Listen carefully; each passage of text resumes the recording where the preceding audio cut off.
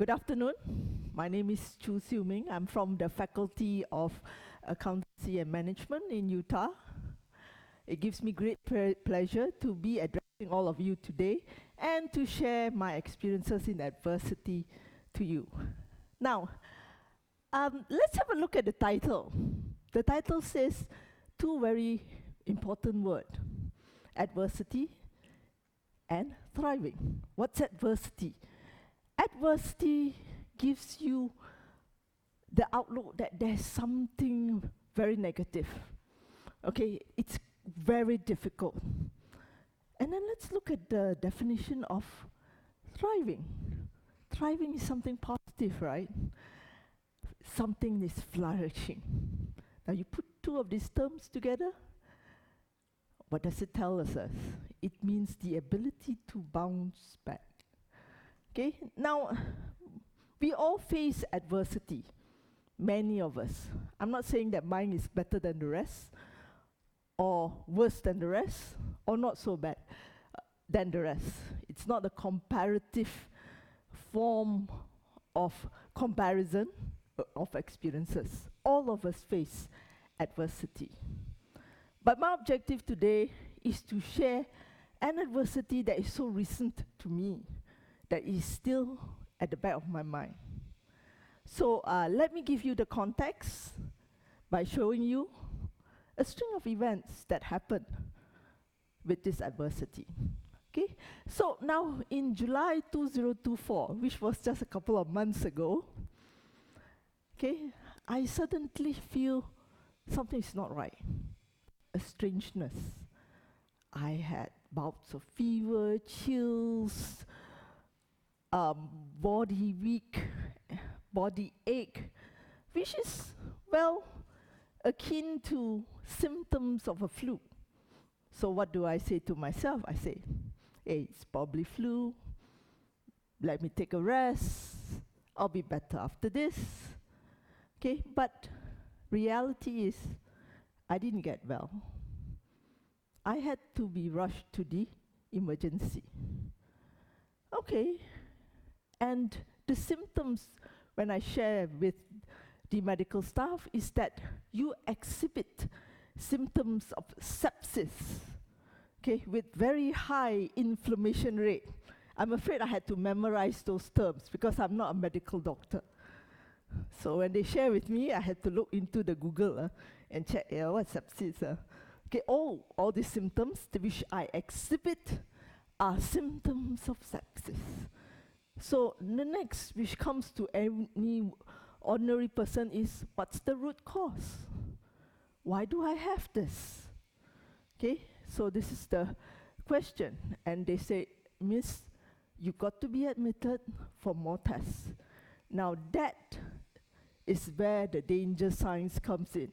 When your medical profession do not know the reason for your symptoms, that's when you start to think, hey, this is not an ordinary flu, it's something more serious. So let's look at the root cause. So they did more tests. Okay, and I can tell you safely, this is the easy part. Okay, with medical advancements today, finding the root cause is not much of a problem. So what happens here, after I went through a series of blood tests, x-rays, etc., they say, Miss, you have germs in your lungs. Again, my next respect to the medical profession. They try to make it sound so not so serious. Okay, I say, okay, I have germs in my lungs. I can take Panadol, antibiotics, whatever, and get rid of it, right? They say, Miss, it's not as easy as you think it is. You've got to be admitted. Okay, so I think probably a couple of days. That's okay, that's fine. All right. So when I was admitted, I spoke to the doctor. The doctor said, yeah, you have germs in your lung. You have lots of germs in your lung. And you have about 30 times more than the normal person. And that sounds bad, right? And I said, oh, okay. 30 times more. Yeah, that sounds very serious. Right, so get into the hospital, got admitted, okay, of course, amidst all the symptoms still exhibiting. So I said, right, make me well again, okay. So there I was with a series of examination, and the doctor said, now they tell you, okay, there's a name to that many, many germs. Now, I put a picture here, which I Googled from the internet. That's the germ I have. That's enlarged, but I have many, many of these critters here. Okay, and these bacteria are the one that is infecting my lungs. So that made my breathing a bit difficult. So as you can see, when I thought I had to pause a little bit more because I had this in July, I'm still exhibiting some symptoms, right? So now, having said that, then they tell me the term of my sickness, which is, Miss, this is called pneumonia. That didn't sound so bad, right? Any one of us can have pneumonia. Okay, now, this is where Google plays a very important part in our life. When we actually do more deeper research, we find that pneumonia is fatal if you don't go and seek help early. This is when I find out, my doctor tells me, oh, you don't have to worry because luckily you came to see us early. If you came later, it would be severe, which means I could, hate to say that word, have a very serious time in the hospital. Okay, now, second thing, I was informed that, how did I get this? Well, this critter here is airborne. Well, this is a grandfather of coronavirus, okay? So which means we are all have the risk of being infected, okay? So how do I get this? He said, Miss, we really couldn't tell you because it's airborne, all right? Now, the next problem that comes here is, that I find out later, is that it is also possibly a symptom of a more serious disease like cancer. Okay? Now, this is when reality sinks in. Okay? It's only true when you get more information, you discover, oh, it is that severe. So no, this is not an ordinary flu. Okay? And now, the next part here is the treatment. Okay? I know now I have something serious, all right? This is the context I have, so I have to be admitted. So what's the treatment for pneumonia? I had to be on drips, okay? I have to take antibiotics. Precisely, I can tell you I take 8 syringes a day, 4 in the morning, 4 in the evening. Along with that, antibiotics and also some steroid in order to clear the lungs. So this is what happens. And it wasn't a very easy time also in the hospital, which I will talk about a little later. Now, having said that, now the treatment on the hindsight now, it's the easy part, okay? Because medical advancement already have a string of treatment, and I went early, so it's quite treatable, okay? So the idea here is just to make me well again, and I tell the hospital staff, do anything you can, just make me well again. Now that's as much as the hospital staff and the medical profession can do. The other part of the challenge depends on us. You agree with me? Okay, so what are the other challenges that I face? It stems from my psychology, my thinking. So I have challenges in the environment, in my work, and on a personal basis. Let me just share with you environment. So in a hospital, it's very cold, and your immune system is so low. So you're freezing there. I do not know why they keep it at freezing levels. They tell me because they want to kill the virus and the bacteria. I'm wondering whether they kill me first or not. Okay, so that's part of it, and I can't change rooms. Now, why I can't change room, I will share with you also.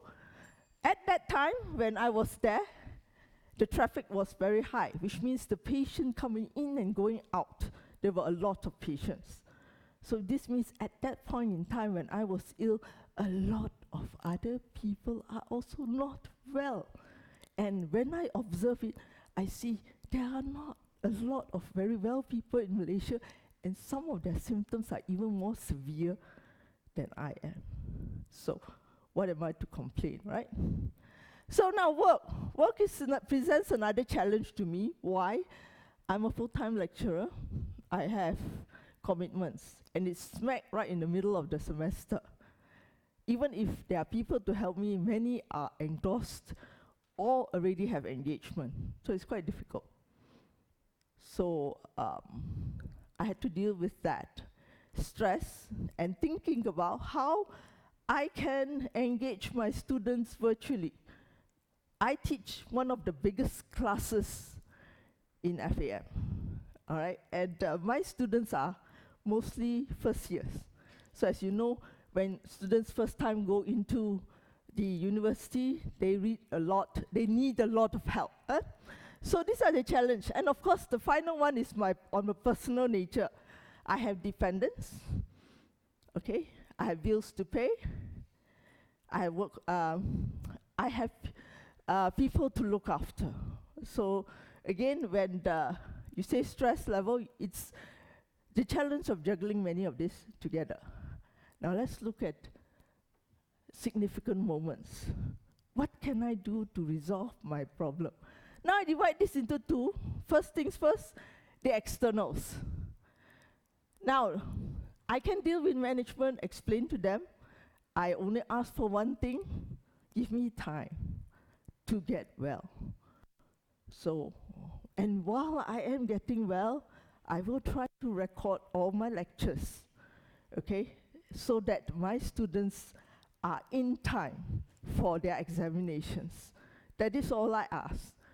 But I am very grateful because I have faculty members that step up to assist me, especially for significant classes, like evaluations and so forth. Okay? But that one I'm very happy for. Now the next year is, I also reach out for support not only to my faculty, I also reach out for support to my friends, my family, okay? Especially on a personal nature.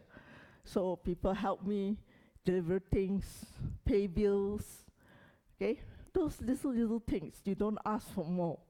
Those little things at that critical time period. So what else? Okay, we have all this. And you can see that the next support is the support involved in the hospital. The medical team, they're very kind, accommodating, empathetic. That helps a lot. Even the pantry lady will now and then sneak me some food just to make me happy. Okay, like I say, I really like a cup of coffee, and she'll sneak me some 3-in-1s. Okay. Now these are the little moments that help a patient through. Okay. Now, what about internal wise? Now this internal wise, the fight depends on ourselves. Okay, and I will say one thing, I always live in hope, okay, because my disease or my sickness is treatable. Just I need time to recover. So I live in hope that there is still, I am still functional, okay, and the war still goes on, the fight is still there, right? So that's one, and I'm also optimistic, okay, that help will be there, and even if not, I will stay on. Now, what are the lessons learned? Okay, I have 3 here. Actually, there are a lot, but I think time is running out for me. Okay, now let's look at the first one, adversity. All right, I learned one very important thing. I respect adversity. You have to respect adversity, okay, because of the lessons it brings you. And it is a very difficult time, but if you go through it and you win, you learn some very important lessons. Okay? And I also learned to respect my body and the symptoms it exhibits. Okay, so that I do not get caught. And the next is you are not alone, and that is where your support system is very important. And finally, you have this hope. Hope is very important because hope is a psychology that drives you on forward. And this one means the resilience, the optimism, and it helps you to reintegrate back into society. Now, in conclusion, I would like to say that adversity doesn't have to define you. It doesn't have to be bad, okay? It doesn't define you, but you need to navigate through it, okay? So with this, I would like to end this with an inspirational quote, which I got from a writer called Anthony de Mello. He says, life is like a game of cards. In this game, you are not asked whether you want to play or not. Play you must. The question is, how? Thank you for listening to my talk. I hope it has inspired you somewhat. And with this, I would like to end the talk. Thank you very much.